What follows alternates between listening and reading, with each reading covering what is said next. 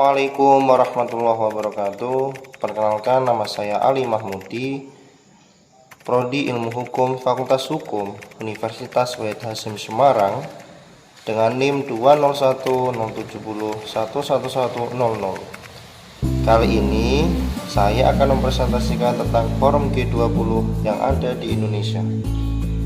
Forum G20 merupakan forum kerjasama multilateral yang terdiri dari 19 negara utama dan Uni Eropa. G20 mempresentasikan lebih dari 60% populasi bumi, 75% perdagangan global, dan 80% PDB dunia. G20 dibentuk pada tahun 1999 atas inisiasi anggota G7. Forum G20 juga merangkul beberapa negara maju dan berkembang untuk bersama-sama mengatasi krisis terutama yang melanda Asia, Rusia, dan Amerika Latin. Adapun tujuan G20 yaitu mewujudkan pertumbuhan global yang kuat, berkelanjutan, seimbang, dan inklusif. G20 bermula dari pertemuan Menteri Keuangan dan Gubernur Bank Sentral. Namun, sejak 2008 G20 menghadirkan kepala negara dalam KTT, dan pada 2010 dibentuk pula pembahasan di sektor pembangunan. Sejak saat itu G20 terdiri atas jalur keuangan dan jalur serpa diambil dari istilah untuk pemandu di Nepal, menggambarkan bagaimana para serpa G20 membuka jalan menuju KTT. Sedangkan dalam jenis pertemuan G20 terdapat 3 jenis pertemuan. Yang pertama yaitu konferensi tingkat tinggi atau KTT atau summit, merupakan klimaks dari proses pertemuan G20, yaitu rapat tingkat kepala negara atau pemerintahan. Yang kedua, ministerial dan deputies meeting atau pertemuan tingkat menteri dan deputi, diadakan di masing-masing area fokus utama forum. Pada finance track, ministerial meeting dihadiri oleh Menteri Keuangan dan Gubernur Bank Sentral, yang disebut Finance Management and Central Bank Government Meeting, sementara pertemuan para deputi disebut Finance and Central Bank Deputies Meeting. Yang ketiga, kelompok kerja atau working group, yang beranggotakan para ahli dari negara G20.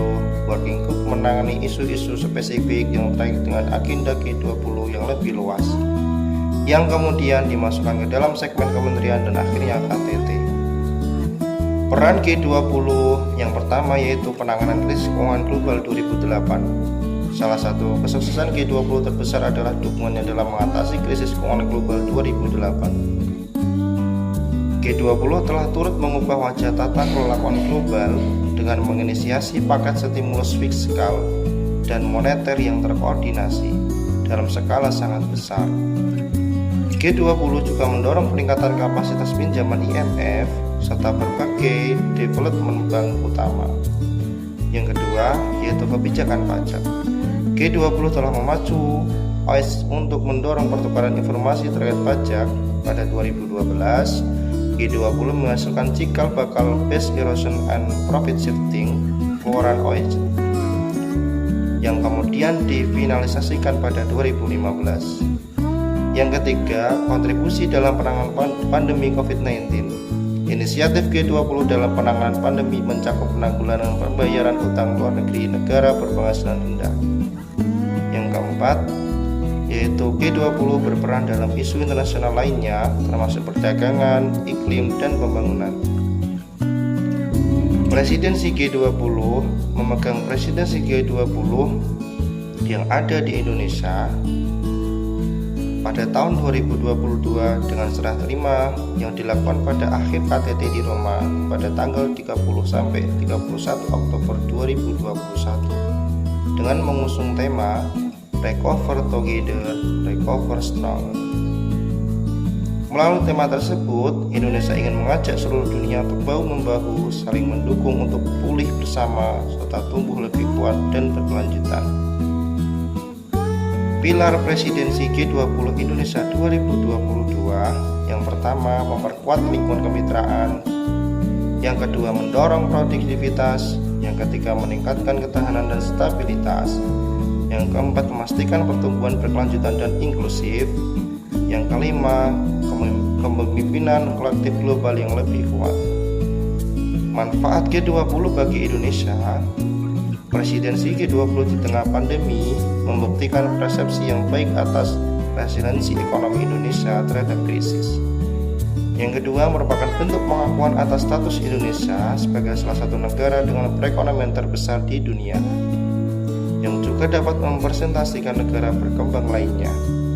Yang ketiga, momentum presidensi ini hanya terjadi satu kali setiap generasi, yaitu 20 tahun sekali, dan harus dimanfaatkan sebaik mungkin untuk memenuhi nilai tambah bagi pemulihan Indonesia, baik dari sisi aktivitas ekonomi maupun kepercayaan masyarakat domestik dan internasional. Yang keempat, Indonesia dapat mengkonsentrasi agenda pembahasan pada G20 agar mendukung dan mendampak positif dan pemulihan aktivitas perekonomian Indonesia. Yang kelima, menjadi kesempatan menunjukkan kepemimpinan Indonesia di kancah internasional, khususnya dalam pemulihan ekonomi global dari perspektif regional. Presidensi ini menegaskan kepemimpinan Indonesia dalam bidang diplomasi internasional dan ekonomi di kawasan, mengingat Indonesia merupakan satu-satunya negara di ASEAN yang menjadi anggota G20. Yang keenam, membuat Indonesia menjadi salah satu fokus perhatian dunia, khususnya bagi para pelaku ekonomi dan keuangan. Yang ketujuh, kepada dunia dan menjadi titik awal pemulihan keyakinan pelaku ekonomi pasca pandemi, baik dari dalam negeri maupun luar negeri. Pertemuan G20 di Indonesia juga menjadi sarana untuk memperkenalkan pariwisata dan produk unggulan Indonesia kepada dunia internasional, sehingga diharapkan dapat turut menggerakkan ekonomi Indonesia. Demikian presentasi dari kami, kurang lebihnya mohon maaf. Wallahul muwaffiq. Wassalamualaikum warahmatullahi wabarakatuh. Jangan lupa like dan subscribe kawan-kawan. Sampai bertemu kembali.